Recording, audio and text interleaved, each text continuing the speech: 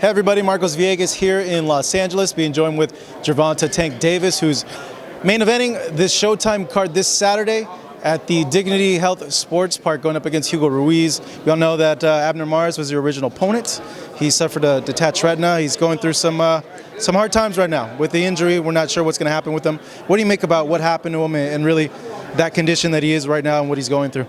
I just hope he overcome it overall. I'm doing nothing but praying for him and his family. My team praying for him, and we just hope that he have a speedy recovery, not just to get the fight with him down the line, but just a genuine praying and making sure he's okay. And he need to feed his family and things like that. So we praying for him. Yeah, it's a scary thing. Not only that the detached retina, but being faced with the fact that there's a chance that you can't fight again, and that's how you guys make a living. Yeah, so hopefully get past what he's going through. I'm wishing and praying for him, and we just wait and see. It wasn't an easy thing for you to take as well. I know you were really amped up to go ahead and fight him, so it was something that you kind of took at it and you're like, oh man, like it affected you as well. Yeah, it did, but at the same time, when I first heard, they said something about like his elbow and things like that, so I didn't take it that too serious, so, but once I heard that it was his eye, it was more serious, so I actually wrote him and let him know that, I hope he okay and things like that, and get well and enjoy the time off. Did he respond back to you when you wrote him? Yeah. We talked through probably about like a good 5 or 6 minutes on social media. He would just let me know that he's not no coward or no chicken. He was ready to fight, but things happen. And you have to be ready for them things that that happen. You have to be strong to overcome them things. Makes you realize a lot of things too, going in there and fighting, huh? Yeah. Me, when I go in there, I really don't try to think about that because, once you think about it or you put that out to the atmosphere, then it come back. So I really don't try to think about things like that, but it do happen. And it's not hard in this sport, so. Hugo Ruiz is your new opponent. You mentioned that you feel that he's not going to be a walk in the park like a lot of people are thinking. Why do you feel that he's going to be like a big challenge for you? Because he's a great fighter. He's 38-4 with 33 knockouts, so he have to have some power, to do that. And he was a future world champion. So he had to have some skills or something to become a champion. It's not easy becoming a champion. So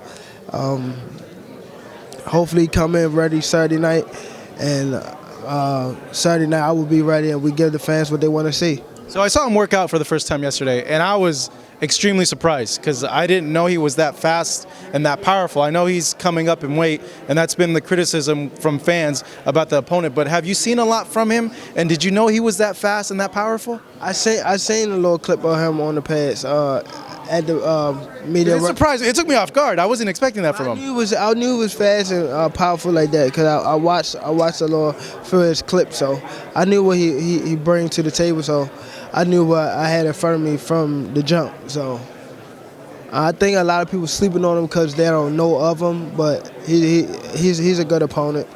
How are you able to block out like the criticism from this fight? And I know it wasn't your fault. You were going to fight Abner. And you're a fighter. You're supposed to fight. But a lot of people have come out and be like, hey, well, why are you fighting this guy? Why didn't you pick somebody else to fight? I didn't pick anyone to fight. I agreed to fight Abner when he called me out. And I agreed to fight Hugo when they told me they changed the opponent. So I'm only approving them. I'm not the one that making the fight, So I have a great team, and I listen to my team, and I feel as though I had one of the best teams in the sport of boxing. So I don't never go against their will. So I'm just a fighter ready to fight, and get the fans what they want to see, and that's an action-packed fight. No, you mentioned something to me yesterday that was pretty funny. The whole eating at Sonic, the chicken fingers and the fries. I want to touch back on that. Like, when I look at it as a normal person, when I eat chicken fingers and fries, I think it's kind of healthy because I look at chicken fingers like it's protein, and like the fries, like it's not that bad. But I don't know. When you were eating that stuff, did you think about like how I was thinking? Like how would you see it? When I was standing right across from Sonic, so I was standing at the Palm, so I could just walk across the street and just eat food, so I wasn't never thinking about it till like it was time to make weight, and I was training. I wouldn't get no weight off, so I'm like, jeez. So. You mentioned the slushies and all that too, right? Yeah, the slushy. Well, now you know why you did make weight for them, or it was hard to make weight. Yeah, it was slushy with the nuts in it. You had to think at some point though that like, oh man, this is probably not going to be good for me to make weight. I was close to weight, but I wasn't like right at it. So once